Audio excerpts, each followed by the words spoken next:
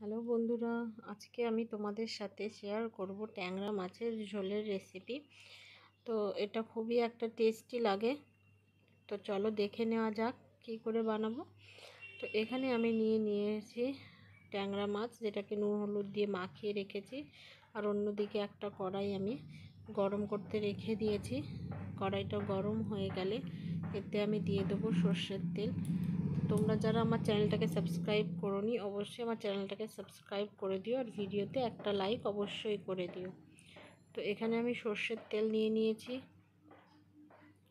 সর্ষের তেলটা ভালো করে গরম করতে হবে, করে নিয়ে তারপরে আমি মাছগুলো এর মধ্যে ছেড়ে দেবো। তেলটা মোটামুটি গরম হয়ে গেছে, দেখো ধোঁয়া উঠছে, এটা দেখা যাচ্ছে। এবার আমি একটা একটা করে মাছ এর মধ্যে ছেড়ে দিয়ে মাছটা ভালো করে এপিট ওপিট করে লাল লাল করে ভেজে নেব। একটু কড়াই করেই ভাজবো, তোমরা যেরকম ভাজা খাও সেরকম ভাজবে। তো মাছটা ভাজা হয়ে গেছে। এবার মাছ ছাড়া আমি এখানে নিয়েছি একটু রসুন কুচি আর অর্ধেক টমেটো, আর নিয়েছি একটা আলু কেটে। এখানে নিয়েছি আমি আলুগুলোকে এভাবে কেটে নিয়েছি, দেখো। এবার ওই কড়াইয়ের মধ্যেই আমি দিয়ে দেবো জিরে আর রসুন ফোড়ন। তো এখানে আমি দিয়ে দেবো, জিরে না, কালো জিরে আর রসুন ফোড়ন দিয়ে রসুনটা একটু লাল লাল করে ভাজবো, যাতে স্মেলটা পুরো তেলের মধ্যে আসে। এতে একটা কিন্তু খুব সুন্দর ফ্লেভার তোমরা পাবে। তো এবার কেটে রাখা আলুগুলো আমি ওর মধ্যে দিয়ে দেবো, দিয়ে নুন হলুদ দিয়ে আলুগুলো ভালো করে ভেজে নেব। তো দেখো একটু নুন আর হলুদ আমি এতে দিয়ে দিলাম আলুগুলো ভাজার জন্য। তো আলুগুলো ভাজা হয়ে গেছে। আলুগুলো এবার আমি যেটা করব সেটা এর মধ্যে কেটে রাখা টমেটোগুলো আমি একবারে এর মধ্যে দিয়ে দিলাম, যাতে টমেটোগুলো ভালো করে ভাজা হয়ে যায় আর টমেটোগুলো গলে যায়। এবার দেখো এটাও ভাজা হয়ে গেছে টমেটোগুলো।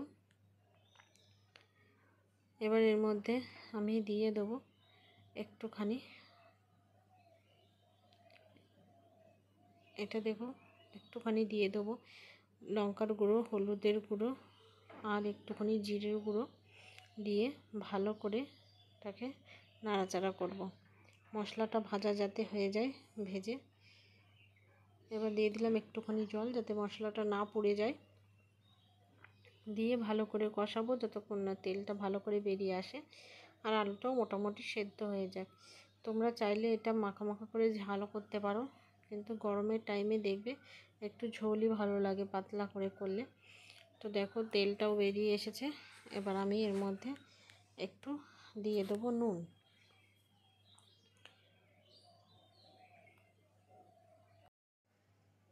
তো নুন দিয়ে একটু জল দিয়ে আমি এটাকে তোমরা তোমাদের মতন জল দেবে। তো এবার আমি যতটা ঝোল রাখবো তো জল আমি এর মধ্যে দিয়ে দিলাম। এবার খানিকক্ষণ এটা আমি দেবো ফুটতে, আর দেখবো আলুটা সেদ্ধ হয়ে গেছে যখন, তখন আমি এর মধ্যে মাছগুলো দিয়ে দেবো এক এক করে। এখানে দেখো আমি একটু স্পিডে দেখাচ্ছি বলে তোমাদের হয়তো বুঝতে সমস্যা হচ্ছে।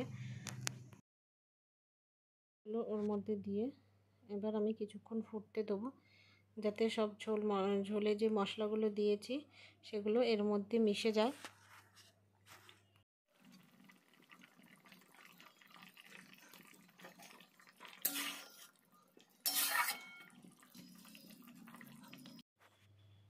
ঝোল ফুটে গেছে, আর নামানোর আগে আমি একটু দিয়ে দেবো ভাজা জিরে গুঁড়ো। এটা দিলে এর স্বাদটা খুবই ভালো লাগে। তো তোমাদের কাছে যদি ধনেপাতা থাকে তাহলে তোমরা অবশ্যই ধনেপাতা কুচি দেবে। তো রান্নাটা সিম্পলের মধ্যে এভাবেই করে খেয়ে দেখবে, গরমের মধ্যে খুবই টেস্টি লাগে। তো আমার রান্না কমপ্লিট, দেখো দেখতেই কত ভালো লাগছে।